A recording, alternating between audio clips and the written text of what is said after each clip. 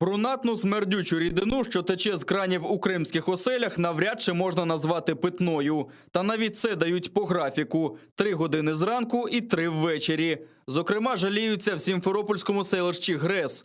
Місцеві умільці навіть записують відеоуроки, як зі зловонної коричневої рідини випарувати хоч краплю води.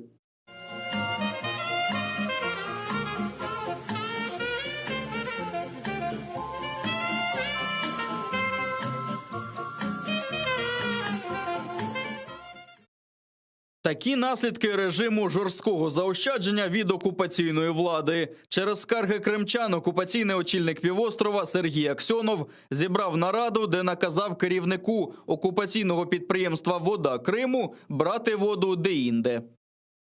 Водохранилищ, что мы работали по водоводу 1200, который не работал там кучу лет, и, естественно, он был загрязнен.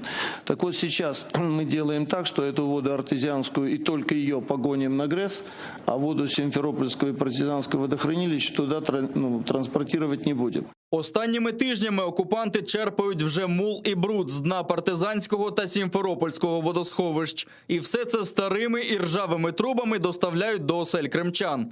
Для ГРЕСу джерелом води мають стати артезіанські свердловини. А тим часом люди мають стояти в довжелезних чергах за привозною в пластмасових діжках. Задіяли окупанти і пропагандистів. Ті журять людей за марнотратство та привчають до нових посушливих реалій.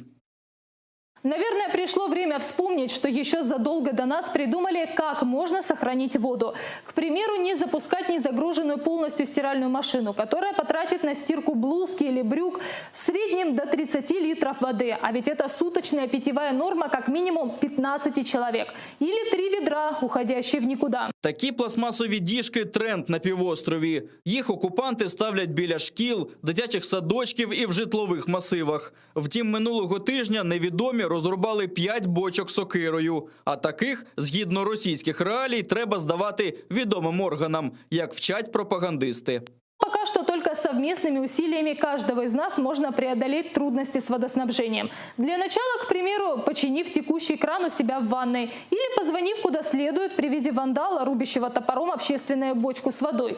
Попри офіційне спростування, окупаційна влада досі тиражує маячню про буцімто співпрацю з ООН щодо води для Криму. Вигадують чергові побрехеньки про водний геноцид та інше. Але забувають, що напитись півострів зможе тільки дніпровською водою і тільки після остаточної деокупації. Владислав Стожук,